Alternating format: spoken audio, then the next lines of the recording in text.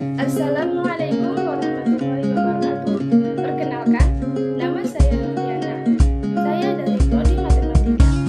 Dalam video kali ini, saya akan memaparkan keterampilan dalam mengajar. Seorang pendidik harus mempunyai keterampilan dasar dalam mengajar.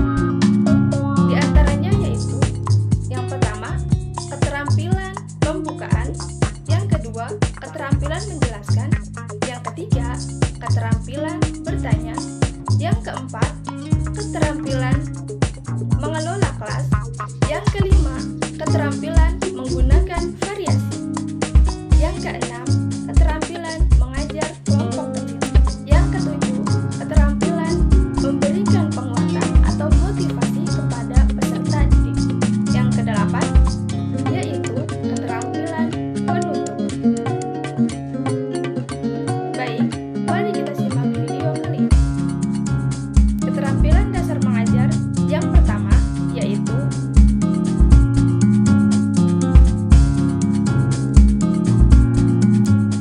keterampilan pembuka pembelajaran, di mana seorang pendidik harus menarik perhatian peserta didik dan mengaitkan materi sebelumnya dengan materi yang sekarang.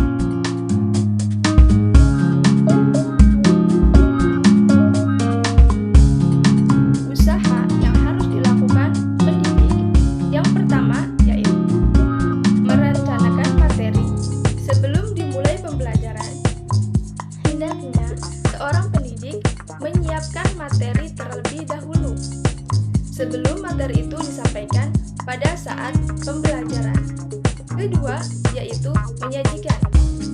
Seorang pendidik harus bisa menyajikan materi. Pada saat penyajian, seorang pendidik harus mampu menyajikan pembelajaran yang efektif.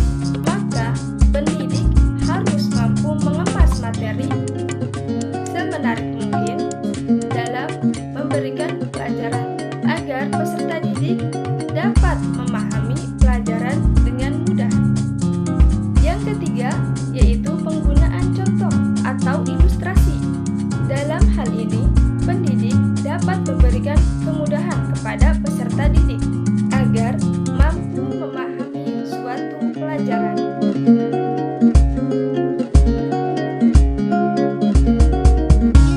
Keterampilan bertanya. Usaha yang harus dilakukan oleh peserta didik yang pertama yaitu pertanyaan harus jelas dan singkat dan menggunakan kata-kata yang mudah dipahami oleh peserta didik sesuai dengan tahap perkembangannya. Yang kedua, memberikan acuan, di mana pendidik harus memberikan pertanyaan yang berisi informasi yang relevan dengan jawaban yang diharapkan. Yang ketiga, yaitu pemindahan giliran yang bertujuan untuk menjawab pertanyaan kurang lebih satu atau dua siswa yang menjawab karena jawaban siswa salah atau benarnya belum memadai. Yang keempat, yaitu penyebaran, di mana dalam penyebaran ini seorang pendidik harus mampu menyebarkan jawaban secara acak. Yang kelima, memberikan waktu untuk berpikir.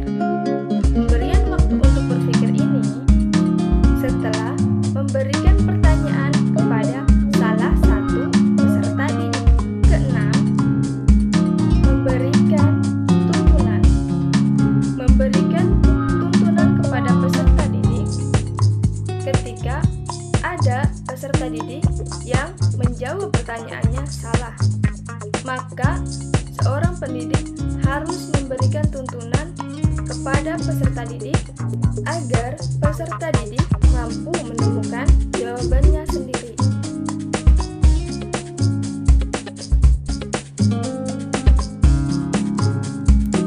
Keterampilan mengelola kelas ini memiliki beberapa tujuan untuk pendidik. Yang pertama, mengembangkan pengertian dan keterampilan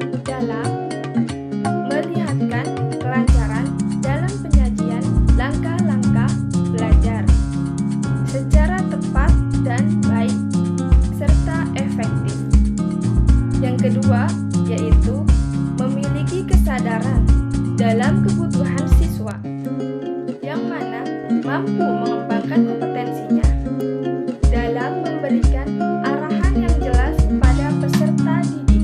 Yang ketiga, memberikan respon secara efektif terhadap tingkah laku peserta didik yang mengganggu pembelajaran.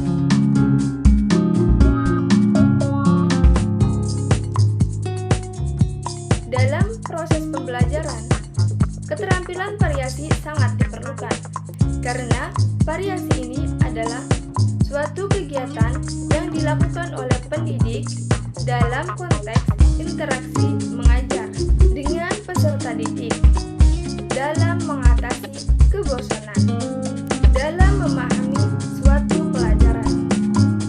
Dengan diadakannya keterampilan variasi ini, diharapkan peserta didik mampu meningkatkan antusias dan mampu memberikan partisipasi.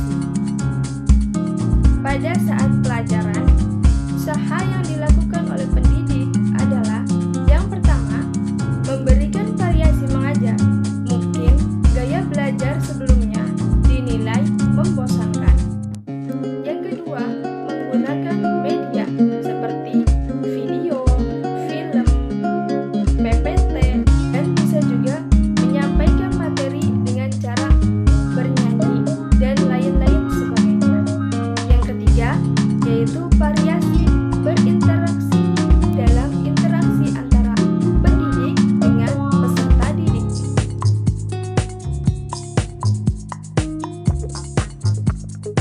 Keterampilan mengajar kelompok kecil atau per orang, yaitu yang pertama, pendekatan, agar dapat menimbulkan kehangatan dan kepekaan peserta didik.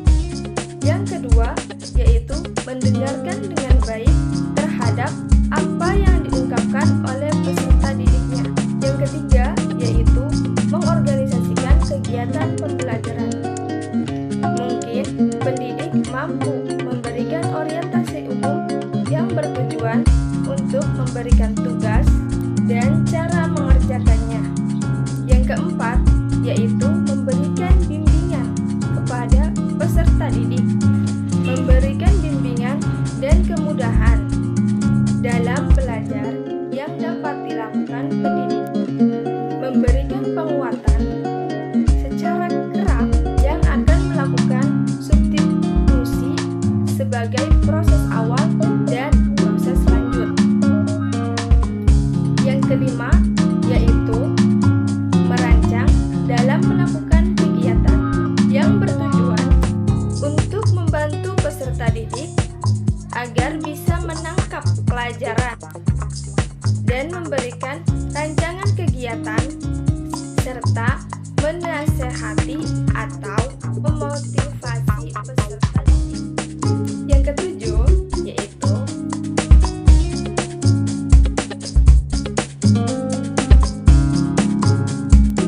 suatu respon terhadap perilaku peserta didik yang mampu meningkatkan semangat peserta didik. Dengan perilaku ini dapat memberikan suatu manfaat kepada peserta didik, yaitu yang pertama, menimbulkan rasa percaya diri. Yang kedua, yaitu meningkatkan perhatian siswa dalam proses belajar. Yang ketiga, memelihara suasana secara kondusif. Memelihara suasana ini dapat dilakukan dengan dua cara, yaitu verbal dan non-verbal. Dalam bentuk verbal, seorang pendidik dapat memberikan suatu kata-kata dengan cara diulang-ulang, lalu kemudian non-verbal. Contohnya seperti gerakan tangan, kemudian senyum, dan lain sebagainya. Nah, yang terakhir yaitu keterampilan menutup pembelajaran.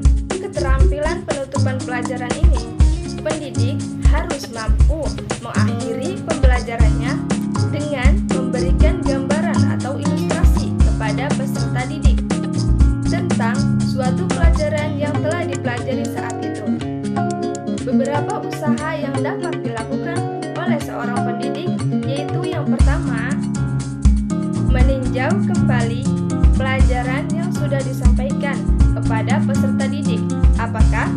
peserta didik mampu memahami pelajaran yang disampaikan oleh pendidik. Kedua, yaitu mengevaluasi dengan cara memberikan soal sedikit demi sedikit untuk memastikan bahwa peserta didik itu benar-benar paham dengan materi yang telah disampaikan oleh seorang pendidik.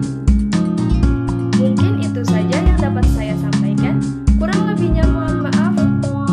Semoga bermanfaat untuk kita semua. Sampai bertemu kembali di video selanjutnya. Wassalamualaikum warahmatullahi wabarakatuh.